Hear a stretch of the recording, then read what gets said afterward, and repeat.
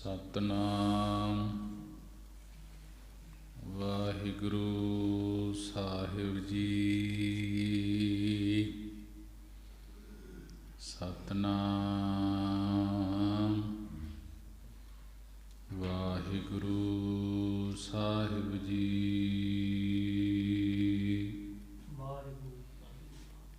ਦਤਾ ਦਾਤਾ ਏਕ ਹੈ, ਸਭ ਕੋ ਦੇਵਨਹਾਰ। ਦੇਂਦਿਆਂ ਟੋਟ ਨ ਆਵਈ, ਅਗਣਤ ਭਰੇ ਭੰਡਾਰ। ਜੋ ਮੰਗਹਿ ਠਾਕੁਰ ਆਪਣੇ ਤੇ, ਸੋਈ ਸੋਈ ਦੇਵੈ। ਨਾਨਕ ਦਾਸ ਮੁਖ ਤੇ ਜੋ ਬੋਲੇ, ਇਹਾਂ ਊਹਾਂ ਸੱਚ ਹੋਵੈ। ਹੋਵੈ ਸਿਫਤ ਕਸਮ ਦੀ, ਉਰੇ ਅਰਸੋਂ ਕੁਰਸੋਂ ਝੱਟੀਐ। ਤੁਧ ਡਿਠੇ ਸੱਚੇ ਪਾਤਸ਼ਾਹ, ਮਲ ਜਨਮ ਜਨਮ ਦੀ ਕੱਟੀਐ। ਸਤਨਾਮ ਵਾਹਿਗੁਰੂ ਸਾਹਿਬ ਜੀ। ਗੌੜੀ 52 ਅੱਖਰੀ ਕਬੀਰ ਜੀਓ ਕੀ। ਇਕ ਓੰਕਾਰ ਸਤਨਾਮ ਕਰਤਾ ਪੁਰਖ ਗੁਰ ਪ੍ਰਸਾਦ। ਨੈਣਾ ਨਿਗ੍ਰਹਿ ਸਨੇਹੋ ਕਰ, ਨਿਰਵਾਰੋ ਸੰਦੇਹੇ। ਨਾਹੀ ਦੇਖ ਨਾ ਭਾਜੀਐ, ਪਰਮ ਸਿਆਨਪ ਏਹ। ਨੈਣਾ ਨਿਗ੍ਰਹਿ ਸਨੇਹੋ ਕਰ, ਨਿਰਵਾਰੋ ਸੰਦੇਹੇ। ਨਾਹੀ ਦੇਖ ਨਾ ਭਾਜੀਐ, ਪਰਮ ਸਿਆਨਪ ਏਹ। ਵਾਹਿਗੁਰੂ ਜੀ ਕਾ ਖਾਲਸਾ, ਵਾਹਿਗੁਰੂ ਜੀ ਕੀ ਫਤਿਹ। ਸਾਹਿਬੇ ਕਮਾਲ, ਸਰਬ ਕਲਾ ਸਮਰੱਥ, ਚਵਰ ਤਖਤ ਦੇ ਮਾਲਕ, ਲੋਕ ਪਰਲੋਕ ਦੇ ਰਾਖੇ, ਜਾਹਰਾ ਜਹੂਰ ਹਾਜਰਾ ਹਜੂਰ, ਸਰਬ ਕਲਾ ਭਰਪੂਰ। ਜਾਗਦੀ ਜੋਤ ਧੰਨ ਧੰਨ ਸਾਹਿਬ ਸ੍ਰੀ ਗੁਰੂ ਗ੍ਰੰਥ ਸਾਹਿਬ ਮਹਾਰਾਜ ਜੀ। ਸਾਹਿਬ ਸ੍ਰੀ ਗੁਰੂ ਗ੍ਰੰਥ ਸਾਹਿਬ ਮਹਾਰਾਜ ਜੀ ਦਾ ਕੋਟਾਨ ਕੋਟ ਸ਼ੁਕਰਾਨਾ ਹੈ ਕਿ ਗੁਰੂ ਨੇ ਬੜੀ ਹੀ ਰਹਿਮਤ ਕਿਰਪਾ ਕੀਤੀ ਹੈ। ਸੰਗਤਾਂ ਨੂੰ ਅੰਮ੍ਰਿਤ ਵੇਲੇ ਦੇ ਖੁੱਲ੍ਹੇ ਦਰਸ਼ਨ ਦੀ ਦਾਰੇ ਬਖਸ਼ੇ ਹਨ। ਆਓ ਅੰਮ੍ਰਿਤ ਵੇਲੇ ਦੀ ਸੰਭਾਲ ਕਰਦੇ ਹੋਏ, ਅੰਮ੍ਰਿਤ ਵੇਲੇ ਦਾ ਸੁਭਾਗ ਸਮਾਂ ਪ੍ਰਾਪਤ ਹੋਇਆ ਹੈ। ਆਪਣੇ ਮਨੁੱਖਾ ਜਨਮ ਨੂੰ ਸਫਲਾ ਕਰਦੇ ਹੋਏ, ਸਾਹਿਬ ਸ੍ਰੀ ਗੁਰੂ ਗ੍ਰੰਥ ਸਾਹਿਬ ਮਹਾਰਾਜ ਜੀ ਦੇ ਦਰਸ਼ਨ ਦੀਦਾਰੇ ਕਰਦੇ ਹੋਏ, ਗੁਰੂ ਦੀ ਬਾਣੀ ਦੀ ਵਿਚਾਰ ਸ਼ਰਾਵਣ ਕਰਦੇ ਹੋਏ, ਗੁਰੂ ਗੋਬਿੰਦ ਸਿੰਘ ਮਹਾਰਾਜ ਜੀ ਦੀ ਬਖਸ਼ੀ ਹੋਈ ਫਤਿਹ ਬੁਲੰਦ ਕਰੀਏ ਜੀ। ਵਾਹਿਗੁਰੂ ਜੀ ਕਾ ਖਾਲਸਾ, ਵਾਹਿਗੁਰੂ ਜੀ ਕੀ ਫਤਿਹ। ਸਾਹਿਬ ਸ੍ਰੀ ਗੁਰੂ ਗ੍ਰੰਥ ਸਾਹਿਬ ਮਹਾਰਾਜ ਜੀ ਦੀ ਪਵਿੱਤਰ ਬਾਣੀ 340 ਅੰਗ ਤੇ 52 ਅੱਖਰੀ ਦੇ ਅੰਦਰ ਭਗਤ ਕਬੀਰ ਜੀ ਕਾਜੀ ਨੂੰ ਤੇ ਬ੍ਰਾਹਮਣ ਨੂੰ ਉਪਦੇਸ਼ ਬਖਸ਼ਿਸ਼ ਕਰ ਰਹੇ ਹਨ।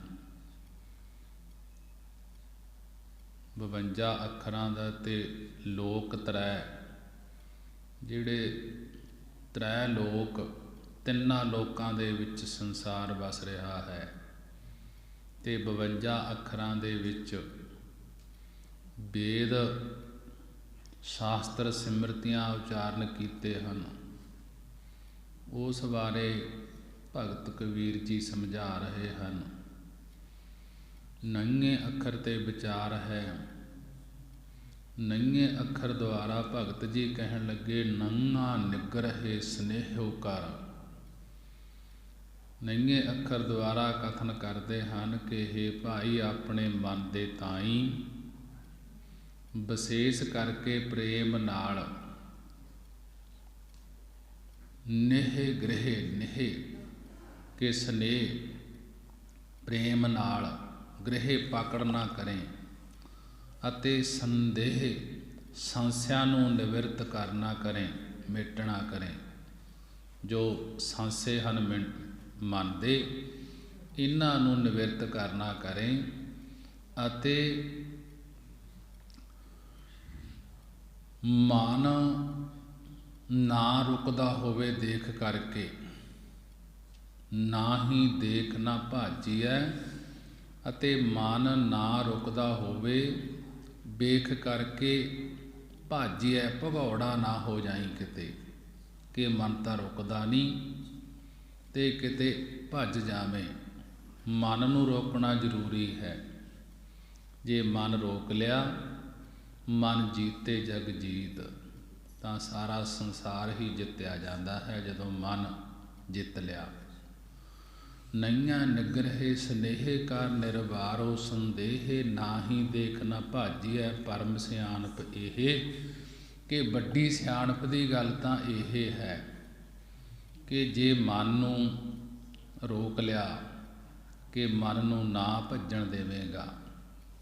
ਨੰਗੇ ਅੱਖਰ ਦੁਆਰਾ ਕਥਨ ਕਰਦੇ ਹਨ, ਹੇ ਭਾਈ ਆਪਣੇ ਮਨ ਦੇ ਤਾਈਂ ਵਿਸ਼ੇਸ਼ ਕਰਕੇ ਪ੍ਰੇਮ ਨਾਲ ਉਸ ਪਰਮੇਸ਼ਰ ਦਾ ਨਾਮ ਜਪਣਾ ਕਰ ਅਤੇ ਸੰਸਿਆ ਨੂੰ ਨਿਵਰਤ ਕਰ। ਜਿਹੜੇ ਤੇਰੇ ਮਨ ਦੇ ਸੰਸੇ ਹਨ ਉਹਨਾਂ ਨੂੰ ਮੇਟਣਾ ਕਰੇਗਾ।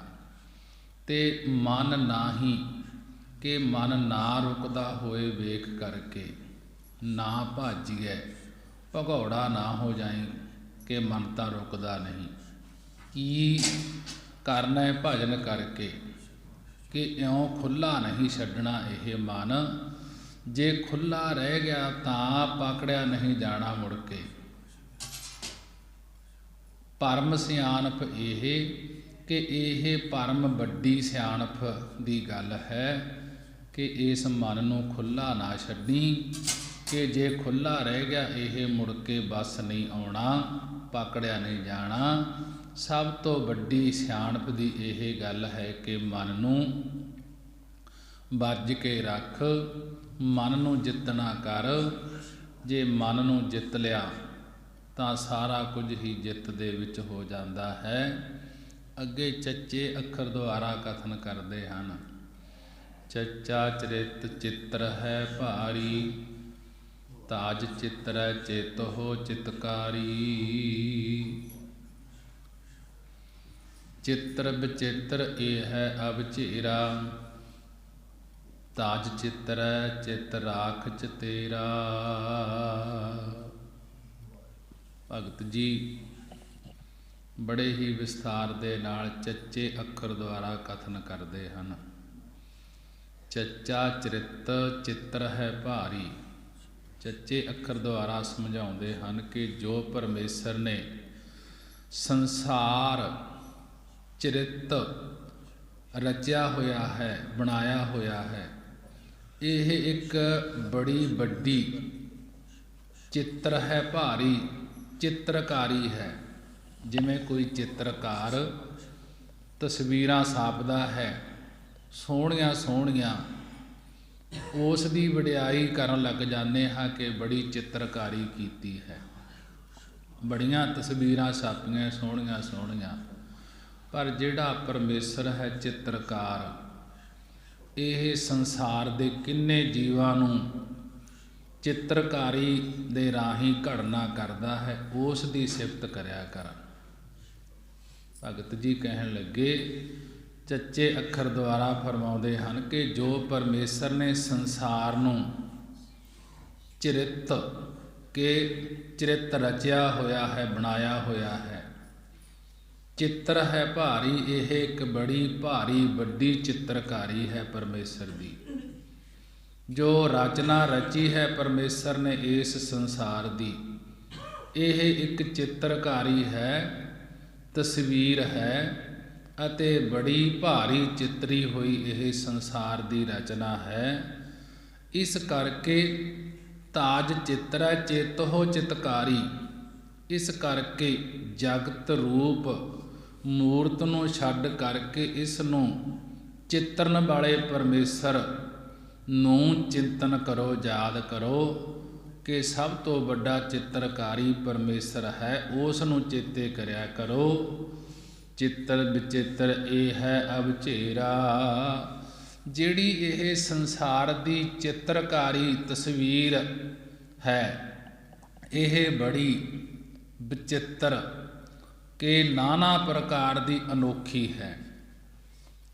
अनेकां तरह दी यह बड़ी अनोखी चित्रकारी है, जिहड़ी यह तस्वीर चित्रकारी परमेश्वर ने बनाउणा कीती है।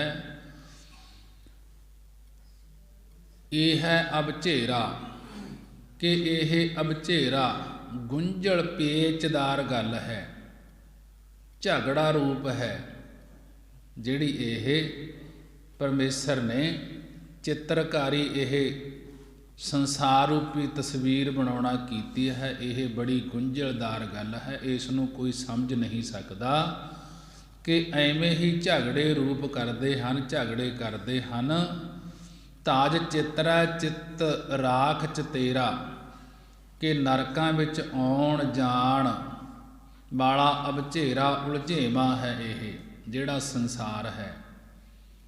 इस करके इस संसार की तस्वीर नूं छड्ड करके इस नूं चित्तरन वाले नूं बनाउण वाले नूं चित्त राख चतेरा, चित्त दे विच हिरदे विच राख रखना कर, उस नूं चेते रख जिसने यह संसार चित्रकारी बनाउणा कीता है।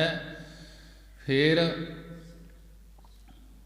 ब्राह्मण कहन लगे, हे भगत जी, ओह चित्रकारी करन वाला परमेश्वर दिसदा दा नहीं, तुसी कहने हो यह चित्रकारी परमेश्वर ने बनाई हुई है, यह दुनिया परमेश्वर ने बनाई है। जिमें तस्वीरां बनाउण वाला दिसदा हुंदा है, यह परमेश्वर दिसदा तां नहीं, यह चित्रकारी कहंदे हो उस अकाल पुरख दी बनाई हुई है। भगत जी अगे सस्से द्वारा समझा रहे हैं। छच्छा ये है छत्र पस्त पासा, शक के ना करहो छाड़ के ना आसा। रे मन मैं तो छिन छिन समझावा, ताहे छाड़ कत आप बंधावा। भगत जी छच्छे अखर द्वारा कथन करते हैं। यह है छत्र पत पासा, कि यह ही आत्मा अभिन्न छत्र पात, छत्रां दा पति मालक परमेश्वर तेरे पासों, तेरे कोल ही है, तेरे पास ही है। जिस परमेश्वर ने चित्रकारी कीती है, तू कहता है ओह कित्थे वसदा है कि दिसदा नहीं। भगत जी कहन लगे, यह है छत्र पत पासा, कि ਇਹੋ ही आत्मा अभिन्न छत्र पत, छत्रां दा पति मालक परमेश्वर तेरे पास, तेरे कोल ही है। कि छक के, कि तू उस परमात्मा विच छक फाव के क्यों नहीं रहिंदा, हर वक्त छक प्रसन्न हो के क्यों नहीं रहिंदा। अते ना रहो छाड़ के ना आसा, कि अते तृष्णा नूं आसा नूं क्यों नहीं छड्डदा, दुनिया दियां आसा छड्ड दे, तां तेरा चित्त प्रसन्न हो के उस परमेश्वर दे नाल लग्या रहेगा।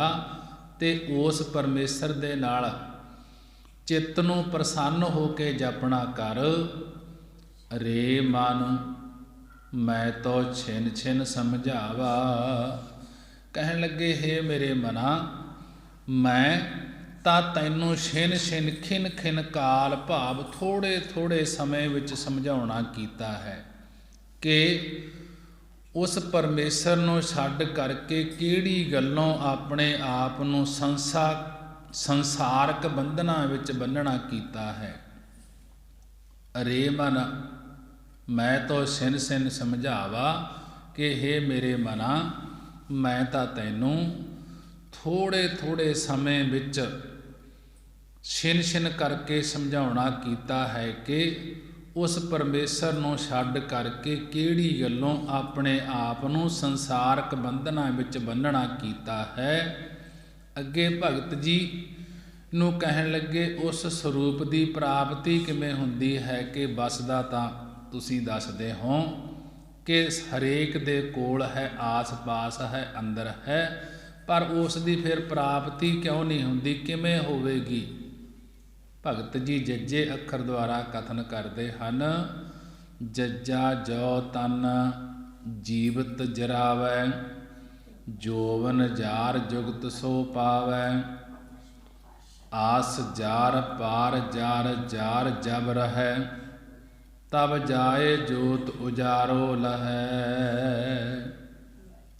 ਜੱਜੇ ਅੱਖਰ ਦੁਆਰਾ ਕਥਨ ਕਰਦੇ ਹਨ ਭਗਤ ਕਬੀਰ ਜੀ ਕਿ ਇਹ ਭਾਈ, ਜੋ ਤਨ, ਜੋ ਜੇਕਰ ਆਪਣੇ ਤਨ ਸਰੀਰ ਨੂੰ ਜੀਵਤ ਜਰਾਵੈ, ਜੀਵਤ ਜਿਉਂਦਿਆਂ ਹੀ ਜਰਾਵੈ, ਸਾੜ ਦੇਵੇਂ, ਭਾਵ ਦੇ ਅਭਿਮਾਨ ਤੋਂ ਹਟ ਜਾਵੇਂ। ਜੱਜਾ ਜੋ ਤਨ ਜੀਵਤ ਜਰਾਵੈ, ਜੱਜੇ ਅੱਖਰ ਦੁਆਰਾ ਕਥਨ ਕਰਦੇ ਹਨ ਕਿ ਇਹ ਭਾਈ, ਜੇਕਰ ਆਪਣੇ ਤਨ ਸਰੀਰ ਨੂੰ ਜੀਵਤ ਜਿਉਂਦਿਆਂ ਹੀ ਜਰਾਵੈ, ਸਾੜ ਦੇਵੇਂ, ਭਾਵ ਦੇ ਅਭਿਮਾਨ, ਦੇ ਹੰਕਾਰ ਤੋਂ ਹਟ ਜਾਵੇਂ, ਅਤੇ ਜੋਵਨ ਜਾਰ ਜੁਗਤ ਸੋ ਪਾਵੈ, ਅਤੇ ਜੋਵਨ ਜਵਾਨੀ ਅਵਸਥਾ ਨੂੰ ਪਰਮੇਸ਼ਰ ਦੇ ਵਿਛੋੜੇ ਦੀ ਬੈਰਾਗ ਰੂਪੀ ਅਗਨੀ ਨਾਲ ਸਾੜ ਦੇਵੇਂ, ਸੋ ਪਾਵੈ, ਕਿ ਉਹ ਪਰਮੇਸ਼ਰ ਦੀ ਪ੍ਰਾਪਤੀ ਦੀ ਜੁਗਤੀ ਨੂੰ ਪਾ ਲੈਂਦਾ ਹੈ। ਆਸ ਜਾਰ ਪਾਰ ਜਾਰ ਜਾਰ ਜਬ ਰਹੈ, ਤਬ ਜਾਏ ਜੋਤ ਉਜਾਰੋ ਲਹੈ।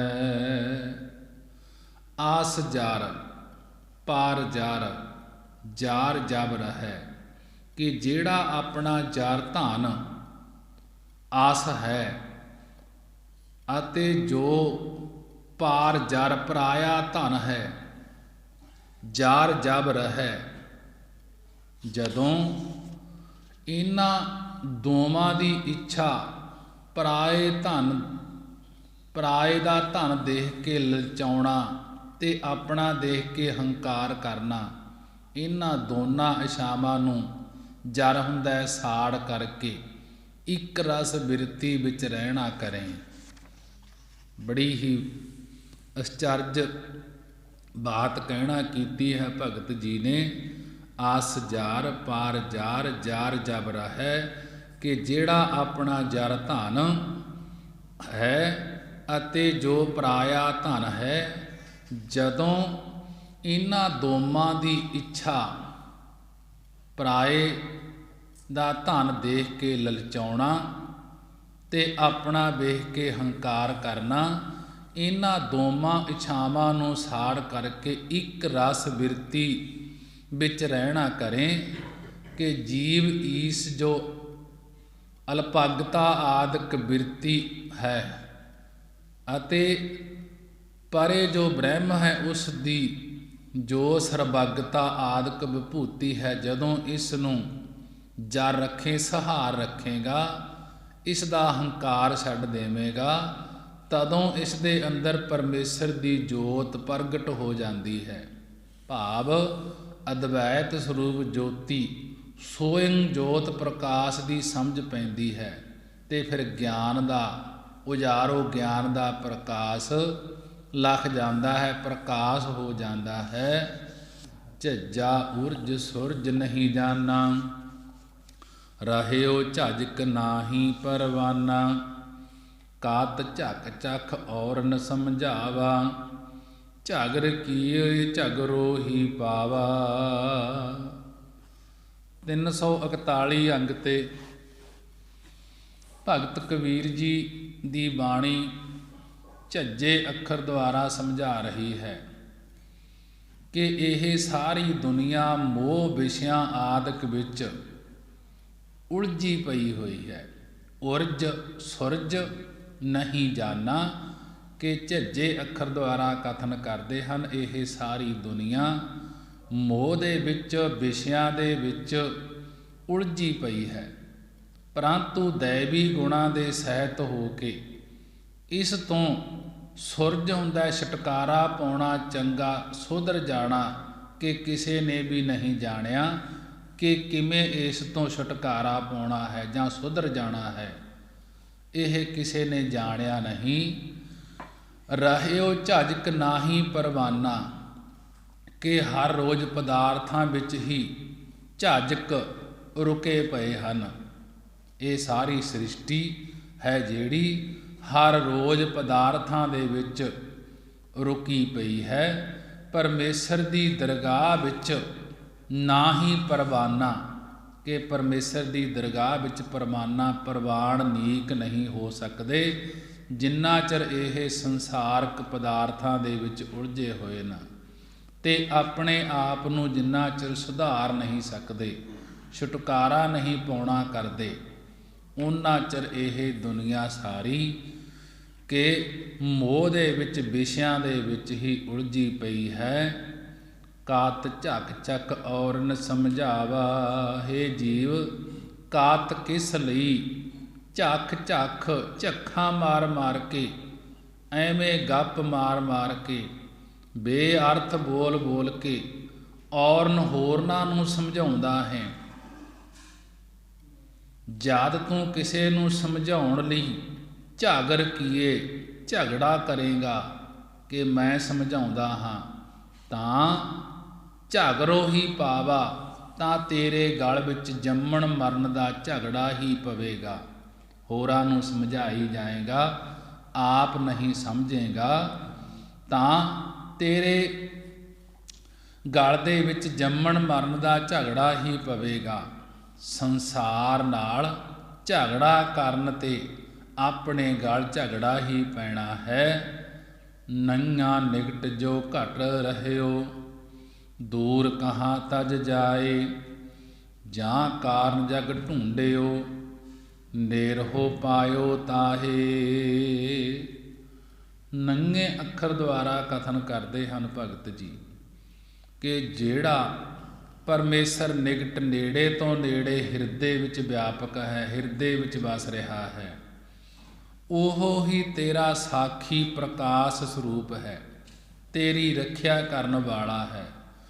ਉਸ ਨੂੰ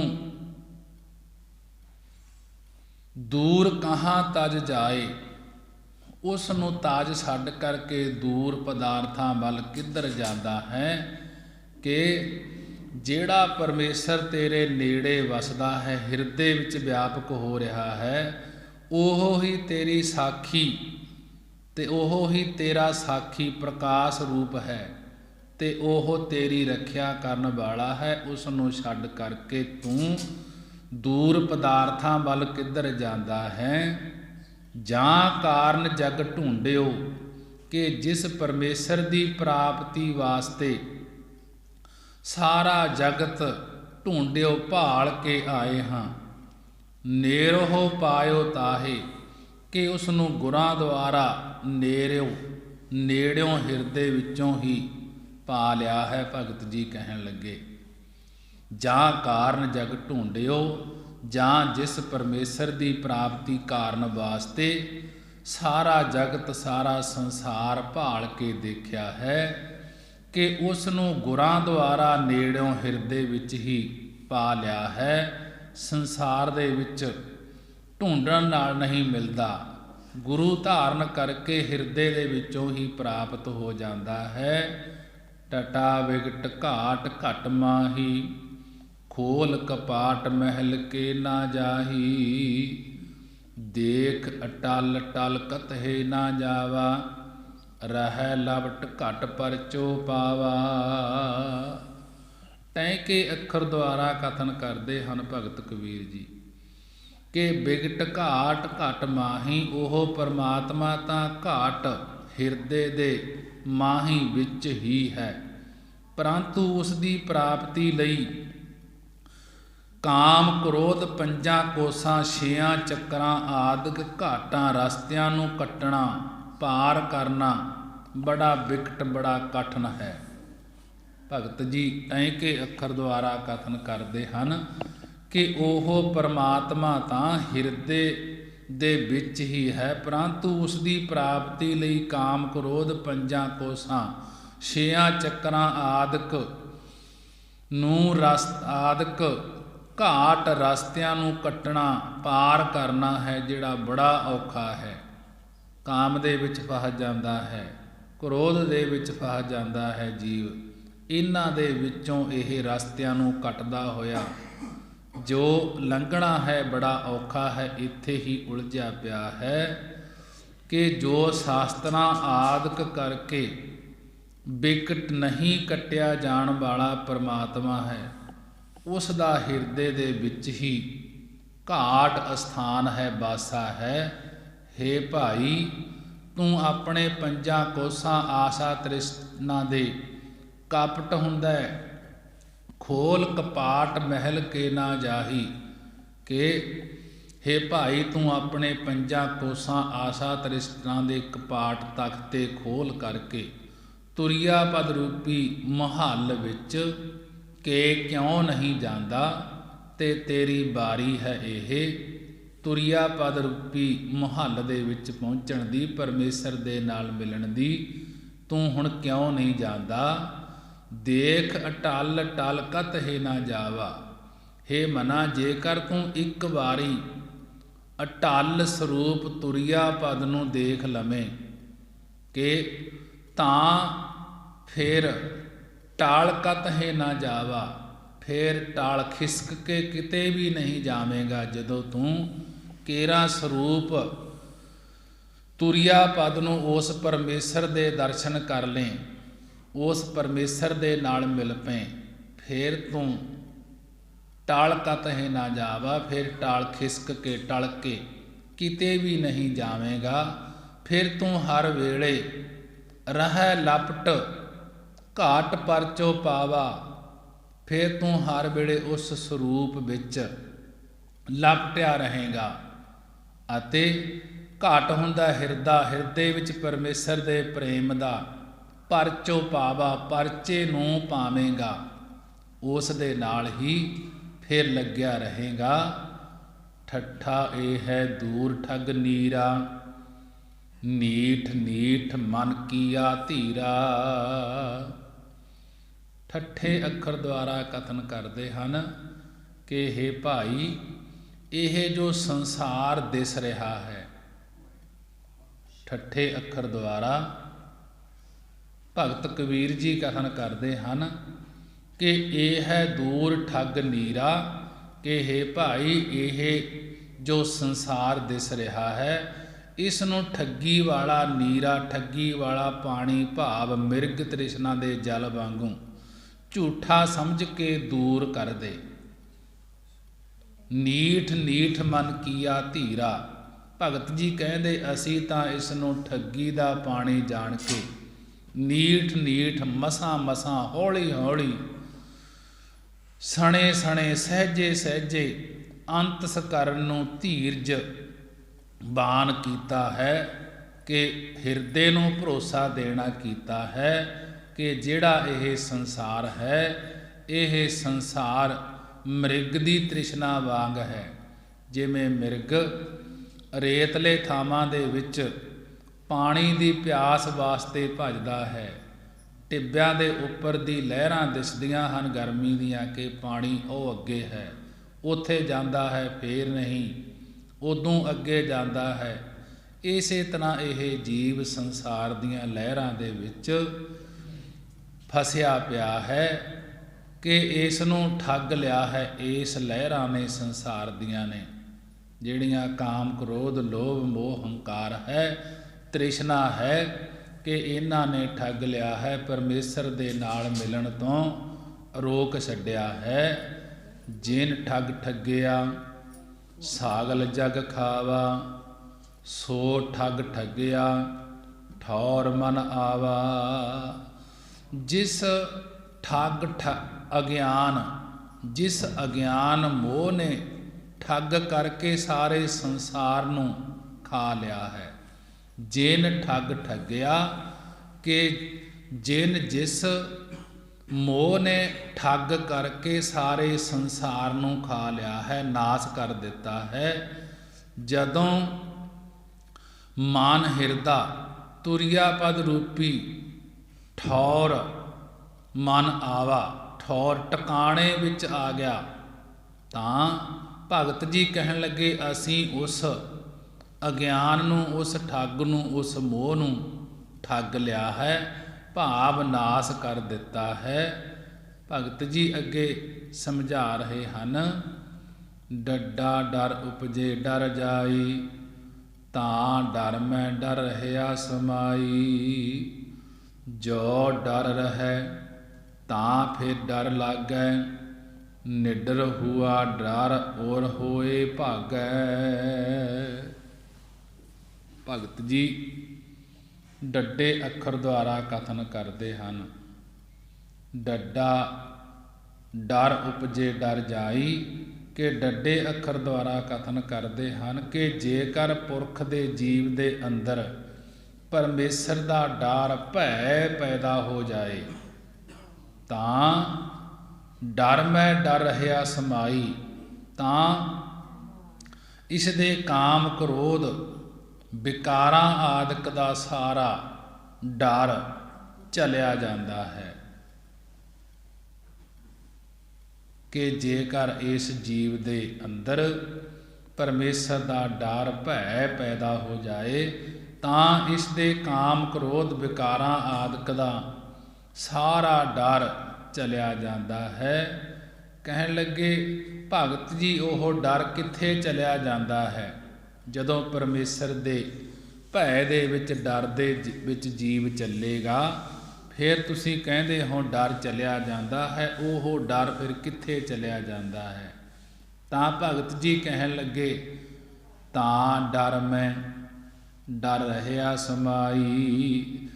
ਭਗਤ ਜੀ ਕਹਿਣ ਲੱਗੇ ਜਿਵੇਂ ਹਨੇਰਾ ਚਾਨਣ ਵਿੱਚ ਹੀ ਲੀਨ ਹੋ ਜਾਂਦਾ ਹੈ, ਉਵੇਂ ਹੀ ਉਸ ਪਰਮੇਸ਼ਰ ਦੇ ਡਰ ਵਿੱਚ ਹੀ ਜੰਮਣ ਮਰਨ ਆਦਿਕ ਦਾ ਖੌਫ ਡਰ ਸਮਾਇਆ ਰਹਿੰਦਾ ਹੈ। ਜੋ ਡਰ ਡਰੈ ਤਾਂ ਫਿਰ ਡਰ ਲਾਗੈ। ਜਦੋਂ ਪਰਮੇਸ਼ਰ ਦੇ ਡਰ, ਪਰਮੇਸ਼ਰ ਦੇ ਭੈ ਤੋਂ ਡਰਦਾ ਰਹੇ ਇਹ ਜੀਵ ਕਿ ਮੈਥੋਂ ਨਹੀਂ ਪਰਮੇਸ਼ਰ ਦਾ ਡਰ ਧਾਰਿਆ ਜਾਂਦਾ, ਨਿਡਰ ਹੁਆ ਡਰ ਔਰ ਹੋਏ ਭਾਗੈ, ਕਿ ਫਿਰ ਜੰਮਣ ਮਰਨ ਆਦਿਕ ਦਾ ਡਰ ਭੈ ਲੱਗਦਾ ਰਹਿੰਦਾ ਹੈ। ਅਤੇ ਜਦੋਂ ਪਰਮੇਸ਼ਰ ਦਾ ਡਰ ਧਾਰਨ ਕਰਕੇ ਨਿਡਰ ਨਿਖੌਫ ਹੋ ਗਿਆ ਹੈ, ਤਾਂ ਉਦੋਂ ਜੋ ਹਿਰਦੇ ਵਿੱਚ ਡਰ ਹੈ, ਭੈ ਹੋਣਾ ਸੀ, ਉਹ ਸਾਰਾ ਭੱਜ ਜਾਂਦਾ ਹੈ, ਨਿਵਰਤ ਹੋ ਜਾਂਦਾ ਹੈ। ਢੱਡਾ ਢਿੱਗ ਢੂੰਡੇ ਕਤਿਆਨਾ, ਢੂੰਡਤ ਹੀ ਢਹਿ ਪਏ ਪਰਾਨਾ। ਚਾੜ ਸਮੇਰ ਢੂੰਡ ਜਬ ਆਵਾ, ਜਿਹੇ ਗੜ ਗੜਿਓ ਸੋ ਗੜ ਮੈਂ ਪਾਵਾ। ਢੱਡੇ ਅੱਖਰ ਦੁਆਰਾ ਕਥਨ ਕਰਦੇ ਹਨ ਭਗਤ ਕਬੀਰ ਜੀ, ਢਿੱਗ ਢੂੰਡੇ ਕਤ ਆਨਾ, ਕਿ ਹੇ ਭਾਈ ਪਰਮੇਸ਼ਰ ਤਾਂ ਤੇਰਾ ਸਾਖੀ ਰੂਪ ਹੈ ਤੇ ਤੇਰਾ ਰੱਖਿਆ ਕਰਨ ਵਾਲਾ ਹੈ, ਕਿ ਤੇਰੇ ਢਿੱਗ ਤੇਰੇ ਨੇੜੇ ਹੀ ਹੈ। ਢਿੱਗ ਕਿਹਾ ਨੇੜੇ ਨੂੰ, ਕਿ ਉਹ ਪਰਮੇਸ਼ਰ ਤੇਰੇ ਨੇੜੇ ਹੀ ਹੈ, ਤੇ ਤੂੰ ਉਸ ਨੂੰ ਢੂੰਡੇ ਕਤ ਆਨਾ, ਤੂੰ ਉਸ ਨੂੰ ਆਨਾ ਹੋਰ ਪਾਸੇ ਕਿੱਥੇ ਢੂੰਡਦਾ ਫਿਰਦਾ ਹੈ, ਭਾਲਦਾ ਫਿਰਦਾ ਹੈ। ਉਹ ਤੇਰਾ ਸਾਖੀ ਰੂਪ ਹੈ, ਤੇਰੇ ਨੇੜੇ ਹੀ ਵਸ ਰਿਹਾ ਹੈ, ਤੂੰ ਉਸ ਨੂੰ ਹੋਰ ਕਿੱਥੇ ਭਾਲਦਾ ਫਿਰਦਾ ਹੈ। ਆਨਾ ਦਵੈਤ ਵਿੱਚ ਪੈ ਕੇ, ਕਿ ਪਰਮੇਸ਼ਰ ਨੂੰ ਯਾਦ ਕਰਨ ਤੋਂ ਬਿਨਾਂ ਹੋਰ ਦੇਵੀ ਦੇਵਤਿਆਂ ਦੀ ਪੂਜਾ ਦੇ ਵਿੱਚ ਪੈ ਕੇ, ਤੇ ਦੂਜਾ ਮੰਨ ਕੇ ਪਰਮੇਸ਼ਰ ਨੂੰ ਕਿੱਥੇ ਭਾਲਦਾ ਫਿਰਦਾ ਹੈ। ਇਸ ਪ੍ਰਕਾਰ ਢੂੰਡਤ ਹੀ ਢਹਿ ਪਏ ਪਰਾਨਾ, ਇਸ ਪ੍ਰਕਾਰ ਬਾਹਰ ਢੂੰਡਤ ਖੋਜ ਕਰਨ ਵਾਲਿਆਂ ਦੇ ਹੀ ਪ੍ਰਾਨਾ ਢਹਿ ਪਏ, ਮੁੱਕ ਗਏ ਭਾਵ ਸਰੀਰਾਂ ਦਾ ਅੰਤ ਹੋ ਗਿਆ, ਜਿਹੜੇ ਬਾਹਰੋਂ ਪਰਮੇਸ਼ਰ ਨੂੰ ਭਾਲਦੇ ਫਿਰਦੇ ਸਨ। ਅੱਗੇ ਭਗਤ ਜੀ ਕਹਿਣ ਲੱਗੇ, ਝਾੜ ਸਮੇਰ ਢੂੜ ਜਗ ਆਵਾ, ਕਿ ਜਦੋਂ ਸਮੇਰ ਪਰਬਤ ਤੇ ਚੜ੍ਹ ਕਰਕੇ ਵੀ ਲੱਭ ਕਰਕੇ ਆ ਜਾਵੇਂ, ਉਥੋਂ ਵੀ ਨਾ ਲੱਭੇ, ਪਰੰਤੂ ਉਹ ਪਰਮੇਸ਼ਰ ਪ੍ਰਾਪਤ ਉੱਥੇ ਵੀ ਨਹੀਂ ਹੁੰਦਾ, ਪਹਾੜਾਂ ਤੇ ਜਾਏ ਤੋਂ ਵੀ।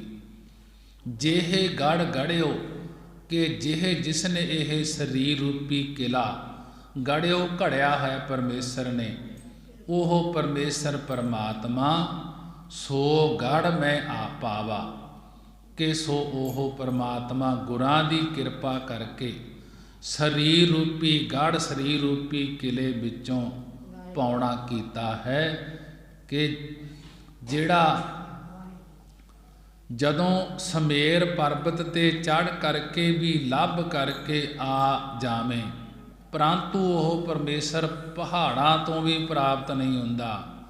ਜਿਸ ਨੇ ਇਹ ਸਰੀਰ ਰੂਪੀ ਕਿਲਾ ਘੜਿਆ ਹੈ ਪਰਮੇਸ਼ਰ ਨੇ, ਉਹ ਪਰਮੇਸ਼ਰ ਗੁਰਾਂ ਦੀ ਕਿਰਪਾ ਕਰਕੇ ਸਰੀਰ ਰੂਪੀ ਕਿਲੇ ਵਿੱਚ ਹੀ ਪਾਉਣਾ ਕੀਤਾ ਹੈ।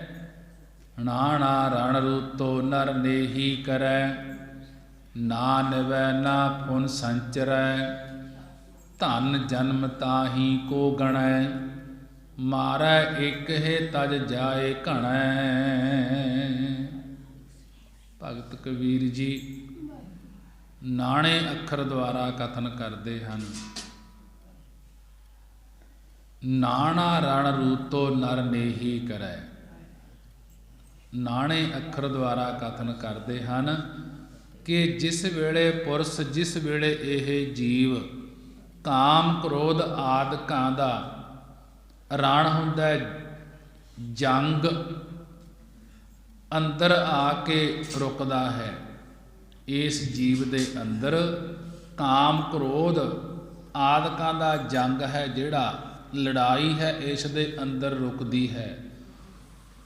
ਨਰ ਨੇਹੀ ਕਰੈ, ਉਦੋਂ ਨਰ ਉਦੋਂ ਆਦਮੀ ਨੂੰ ਨੇਹੀ ਹੱਠ ਕਰਨੀ ਚਾਹੀਦੀ ਹੈ, ਰੋਕਣਾ ਚਾਹੀਦਾ ਹੈ। ਜਦੋਂ ਇਸ ਦੇ ਅੰਦਰ ਵਿਸ਼ੇ ਇਸ ਨੂੰ ਕਿਸੇ ਪਾਸੇ ਪ੍ਰੇਰ ਕੇ ਲਿਜਾਂਦੇ ਹਨ, ਉਦੋਂ ਇਸ ਨੂੰ ਰੋਕਣਾ ਚਾਹੀਦਾ ਹੈ। ਨਾ ਨਿਵੈ ਨਾ ਫੁਨ ਸੰਚਰੈ, ਉਹਨਾਂ ਦੇ ਅੱਗੇ ਨਾ ਨਿਵੇ ਨਾ ਝੁਕੇ, ਅਤੇ ਨਾ ਹੀ ਉਹਨਾਂ ਦੇ ਅਨੁਸਾਰੀ ਹੋ ਕੇ ਵਿਚਰਨਾ ਕਰੇ, ਕਿ ਉਹਨਾਂ ਦੇ ਨਾਲ ਇਹ ਝੁਕੇ ਨਾ। ਜਿਹੜੇ ਵਿਸ਼ੇ ਵਿਕਾਰ ਹਨ ਉਹਨਾਂ ਤੋਂ ਰੋਕਣਾ ਚਾਹੀਦਾ ਹੈ। ਭਗਤ ਜੀ ਕਹਿਣ ਲੱਗੇ, ਧਨ ਜਨਮ ਤਾਂ ਹੀ ਕੋ ਗਣੈ, ਤਾਂ ਹੀ ਉਸ ਪੁਰਖ ਦਾ ਜਨਮ ਸੰਸਾਰ ਵਿੱਚ ਧਨਤਾ ਦੇ ਯੋਗ ਗਿਣਿਆ ਜਾਂਦਾ ਹੈ। ਜਿਹੜਾ ਕਾਮ ਕ੍ਰੋਧ ਹੰਕਾਰਾਂ ਤੋਂ ਹਠ ਕਰਦਾ ਹੈ ਤੇ ਉਹਨਾਂ ਦੇ ਅਨੁਸਾਰ ਹੋ ਕੇ ਨਹੀਂ ਚੱਲਦਾ, ਉਸ ਪੁਰਖ ਦਾ ਜਨਮ ਸੰਸਾਰ ਵਿੱਚ ਧਨਤਾ ਦੇ ਯੋਗ ਗਿਣਿਆ ਜਾਂਦਾ ਹੈ। ਜਿਵੇਂ ਇੱਕ ਵੱਡੇ ਮੁਖੀ ਅਫਸਰ ਨੂੰ ਮਾਰ ਦਿੱਤਾ ਜਾਵੇ ਤਾਂ ਬਾਕੀ ਸਾਰੀ ਫੌਜ ਆਪਣੇ ਮੈਦਾਨ ਨੂੰ ਛੱਡ ਕੇ ਪਿੱਛੇ ਭੱਜ ਜਾਂਦੀ ਹੈ। ਮਾਰੈ ਇੱਕ ਹੈ ਤਜ ਜਾਏ ਘਣੈ, ਇਸੇ ਪ੍ਰਕਾਰ ਇੱਕ ਮਨ ਦੇ ਅੰਦਰਲੇ ਮਾੜੇ ਸੁਭਾਅ ਨੂੰ ਮਾਰ ਲਵੇ ਤਾਂ ਅਗਿਆਨ ਨੂੰ ਮਾਰ ਲਵੇ ਤਾਂ ਬਾਕੀ ਦੀ ਬਹੁਤ ਸਾਰੀ ਅਸੁਰੀ ਸੰਪਤਾ ਛੱਡ ਕਰਕੇ ਚਲੀ ਜਾਂਦੀ ਹੈ।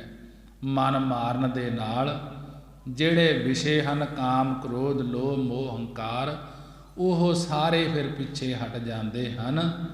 ਇਹ ਮਨ ਦੀ ਹੀ ਬਾਤ ਹੈ। ਨਾਣੇ ਅੱਖਰ ਦਾ ਦੂਸਰਾ ਅਰਥ ਹੈ ਕਿ ਨਾਣਾ ਰਣ ਰੂਤੋ ਨਰ ਨੇਹੀ ਕਰੈ, ਨਾ ਨਿਵੈ ਨਾ ਪੁਨ ਸੰਚਰੈ, ਧਨ ਜਨਮ ਤਾਹੀ ਕੋ ਗਣੈ, ਮਾਰੈ ਇੱਕ ਹੈ ਤਜ ਜਾਏ ਘਣੈ। ਕਿ ਨਾਣੇ ਅੱਖਰ ਦੁਆਰਾ ਕਥਨ ਕਹਿੰਦੇ ਹਨ ਮਹਾਰਾਜ ਭਗਤ ਕਬੀਰ ਜੀ ਕਿ ਜਦੋਂ ਸ਼ੁਭ ਤੇ ਅਸ਼ੁਭ ਸੁਭਾਅ ਦਾ ਜੰਗ ਅੰਦਰੋਂ ਰੁਕ ਜਾਂਦਾ ਹੈ। ਸ਼ੁਭ ਤੇ ਅਸ਼ੁਭ ਸੁਭਾਅ ਦਾ ਜਿਹੜਾ ਜੰਗ ਹੈ ਅੰਦਰੋਂ ਰੁਕ ਜਾਂਦਾ ਹੈ। ਉਦੋਂ ਪੁਰਖ ਨੂੰ, ਜੀਵ ਨੂੰ ਹਠ ਕਰਨਾ ਚਾਹੀਦਾ ਹੈ, ਨਿਸ਼ਚਾ ਕਰਨਾ ਚਾਹੀਦਾ ਹੈ। ਨਾ ਨਿਵੈ, ਨਾ ਤਾਂ ਔਗਣਾ ਅੱਗੇ ਆਪ ਨਿਉਣਾ ਕਰੇ, ਤੇ ਨਾ ਹੀ ਹੰਕਾਰ ਅੱਗੇ ਨਿਉਣਾ ਕਰੇ ਕਿ ਮੇਰੇ ਵਿੱਚ ਇਤਨੇ ਗੁਣ ਹਨ, ਇਉਂ ਗੁਣਾਂ ਦਾ ਹੰਕਾਰ ਨਾ ਕਰੇ। ਤੇ ਕਿਸੇ ਨੂੰ ਨਿਵਾਉਣ ਦੀ ਇੱਛਾ ਨਾ ਕਰੇ ਕਿ ਮੇਰੇ ਅੱਗੇ ਫਲਾਨਾ ਨਿਵੇ, ਨੀਵਾਂ ਹੋਵੇ। ਕਿਸੇ ਨੂੰ ਨਿਵਾਉਣ ਦੀ ਇੱਛਾ ਨਾ ਰੱਖੇ, ਤੇ ਨਾ ਹੀ ਵਿਕਾਰਾਂ ਦੇ ਅਸੁਰੀ ਹੋ ਕੇ ਭਲੀ ਪ੍ਰਕਾਰ ਵਿਚਰਨਾ ਕਰੇ। ਵਿਕਾਰਾਂ ਦੇ ਵਿੱਚ ਨਾ ਵਿਚਰਨਾ ਕਰੇ ਕਿ ਜਿਹੜਾ ਇਹੋ ਜਿਹਾ ਬਣ ਜਾਂਦਾ ਹੈ ਉਸ ਪੁਰਸ਼ ਦਾ ਜਨਮ ਧਨਤਾ ਦੇ ਯੋਗ ਗਿਣਿਆ ਜਾਂਦਾ ਹੈ। ਜਿਹੜਾ ਇੱਕ ਦੇ ਅਧਿਆਸ ਨੂੰ ਮਾਰ ਦੇਵੇ ਤਾਂ ਬਾਕੀ ਦੇ ਬਹੁਤੇ ਦੁਸ਼ਮਣ ਅਸੁਰੀ ਸੰਪਦਾ ਆਦਿਕ ਸਭ ਛੱਡ ਕੇ ਭੱਜ ਜਾਂਦੇ ਹਨ। ਤਤਾ ਅਤਰ ਤਰਿਓ ਨਹਿ ਜਾਈ, ਤਾਨ ਤਿਰ ਭਾਵਨ ਮੈਂ ਰਹਿਆ ਸਮਾਈ। ਜੋ ਤਿਰ ਭਾਵਨ ਤਨ ਮਾਹੇ ਸਮਾਵਾ, ਤਉ ਤਤਹਿ ਤਤ ਮਿਲਿਆ ਸਚ ਪਾਵਾ। ਤੱਤੇ ਅੱਖਰ ਦੁਆਰਾ ਕਥਨ ਕਰਦੇ ਹਨ ਭਗਤ ਜੀ। ਤੱਤਾ ਅਤਾਰ ਤਰਿਓ ਨਹਿ ਜਾਈ, ਕਿ ਤੱਤੇ ਅੱਖਰ ਦੁਆਰਾ ਸਮਝਾ ਰਹੇ ਹਨ ਕਿ ਸੰਸਾਰ ਸਮੁੰਦਰ ਵਿੱਚੋਂ ਅਤਾਰ ਤਰਨਾ ਬੜਾ ਕਠਿਨ ਹੈ, ਬੜਾ ਔਖਾ ਹੈ। ਨਹਿ ਤਰਿਓ ਨਹਿ ਜਾਈ, ਕਿ ਇਹ ਤਰਿਓ ਤਰਿਆ ਨਹੀਂ ਜਾਂਦਾ। ਤੱਤਾ ਅਤਾਰ ਤਰਿਓ ਨਹਿ ਜਾਈ, ਤੱਤੇ ਅੱਖਰ ਦੁਆਰਾ ਭਗਤ ਜੀ ਫਰਮਾਉਂਦੇ ਹਨ ਕਿ ਇਹ ਸੰਸਾਰ ਸਮੁੰਦਰ ਵਿੱਚੋਂ ਅਤਾਰ ਤਰਨਾ ਬੜਾ ਕਠਿਨ ਹੈ, ਕਿ ਇਹ ਤਰਿਆ ਨਹੀਂ ਜਾਣਾ। ਕਿ ਕਹਿਣ ਲੱਗੇ ਭਗਤ ਜੀ ਕਿ ਤਰਨਾ ਕਿਉਂ ਔਖਾ ਹੈ, ਤੁਸੀਂ ਕਹਿੰਦੇ ਹੋ ਬਾਣੀ ਵਿੱਚ ਤਰਿਆ ਨਹੀਂ ਜਾਂਦਾ ਇਹ ਸੰਸਾਰ।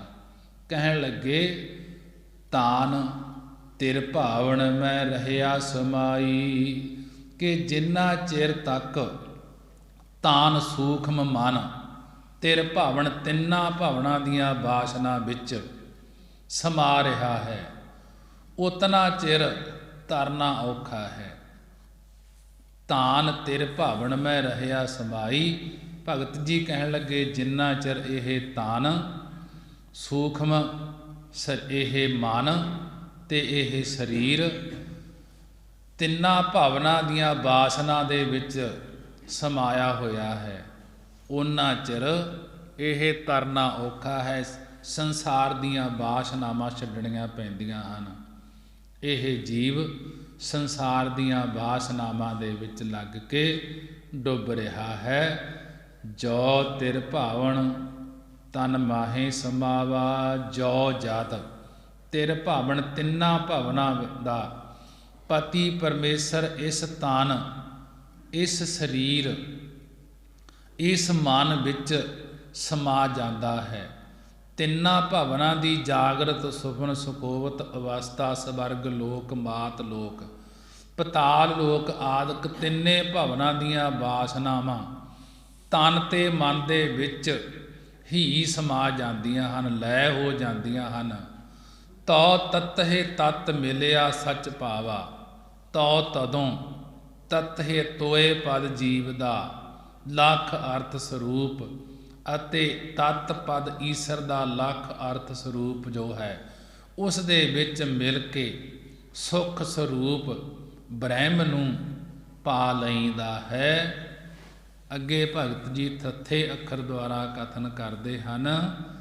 ਥੱਥਾ ਅਥਾ ਥਾ ਨਹੀਂ ਪਾਵਾ, ਉਹ ਅਥਾ ਇਹੋ ਥਿਰ ਨਾ ਰਹਾਵਾ। ਥੋੜੈ ਥਾਲ ਥਾਨਕ ਅਰੰਭੈ, ਬਿਨ ਹੀ ਥਾਮੈ ਮੰਦਰ ਥੰਬੈ। ਥੱਥੇ ਅੱਖਰ ਦੁਆਰਾ ਕਥਨ ਕਰਦੇ ਹਨ ਕਿ ਅਥਾ ਥਾ ਨਹੀਂ ਪਾਵਾ, ਕਿ ਉਹ ਪਰਮੇਸ਼ਰ ਅਥਾਹ ਬਹੁਤ ਡੂੰਘਾ ਹੈ, ਉਸ ਦਾ ਥਾਹ ਓੜਕ ਨਹੀਂ ਕਿਸੇ ਤੋਂ ਪਾਇਆ ਜਾ ਸਕਦਾ। ਉਹ ਅਥਾਹ ਇਹੋ ਥਿਰ ਨਾ ਰਹਾਵਾ, ਉਹ ਪਰਮੇਸ਼ਰ ਅਥਾਹ ਅਗਾਧ ਬੇਅੰਤ ਹੈ, ਅਤੇ ਇਸ ਜੀਵ ਦਾ ਮਨ ਟਿਕ ਕੇ ਨਹੀਂ ਰਹਿ ਸਕਦਾ।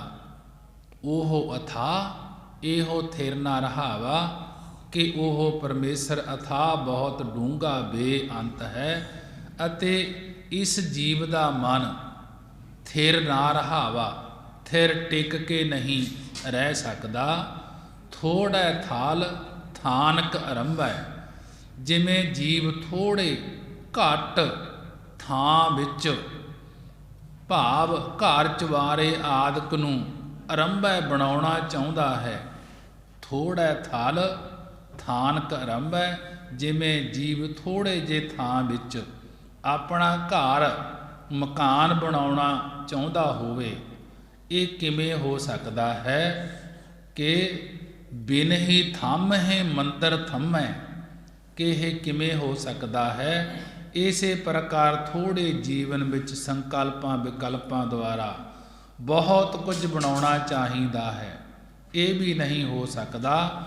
ਬਿਨਾਂ ਹੀ ਥੰਮੈ ਥੰਮੀਆਂ ਤੋਂ ਮੰਦਰ ਘਰ ਨੂੰ ਥੰਮਿਆ ਚਾਹੇ ਤਾਂ ਉਹ ਕਿਵੇਂ ਰਹਿ ਸਕਦਾ ਹੈ। ਥੰਮੀਆਂ ਥੰਮਲਿਆਂ ਭਾਵ ਬੁਰਜੀਆਂ ਕੌਲਿਆਂ ਤੋਂ ਬਿਨਾਂ।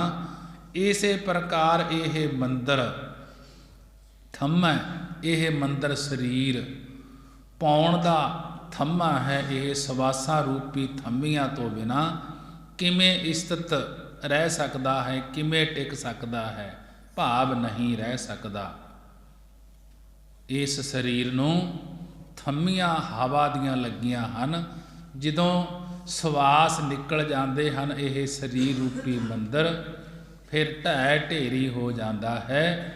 ਜਲ ਕੀ ਭੀਤ ਪਵਨ ਕਾ ਥੰਬਾ, ਰਕਤ ਬੁੰਦ ਕਾ ਗਾਰਾ, ਹਾੜ ਮਾਸ ਨਾੜੀ ਕੋ ਪਿੰਜਰ, ਪੰਖੀ ਵਸੈ ਵਿਚਾਰਾ। ਕਿ ਜਿਹੜਾ ਇਹ ਸਰੀਰ ਹੈ ਇਸ ਦੇ ਵਿੱਚ ਇਸ ਦੀ ਆਤਮਾ ਵਸ ਰਹੀ ਹੈ ਪੰਛੀ ਦੀ ਤਰ੍ਹਾਂ, ਪਰ ਜਦੋਂ ਇਸ ਨੂੰ ਜਿਹੜਾ ਹਵਾ ਦੀਆਂ ਥੰਮੀਆਂ ਲੱਗੀਆਂ ਹੋਈਆਂ ਹਨ, ਸਵਾਸ ਚੱਲ ਰਹੇ ਹਨ, ਇਹ ਜਦੋਂ ਸਵਾਸ ਚਲੇ ਜਾਂਦੇ ਹਨ ਇਹ ਢਹਿ ਢੇਰੀ ਹੋ ਜਾਂਦਾ ਹੈ। ਭਗਤ ਜੀ ਨੇ ਬੜੇ ਹੀ ਵਿਸਥਾਰ ਦੁਆਰਾ ਸਮਝਾਉਣਾ ਕੀਤਾ ਹੈ। ਸਮਾਂ ਹੋ ਚੁੱਕਿਆ ਹੈ ਗੁਰਬਾਣੀ ਪੜ੍ਹਦਿਆਂ ਤੋਂ, ਵਿਚਾਰਾਂ ਕਰਦਿਆਂ ਤੋਂ। ਇੱਕ ਨਹੀਂ ਅਨੇਕਾਂ ਹੀ ਭੁੱਲਾਂ ਹੋ ਜਾਂਦੀਆਂ ਹਨ।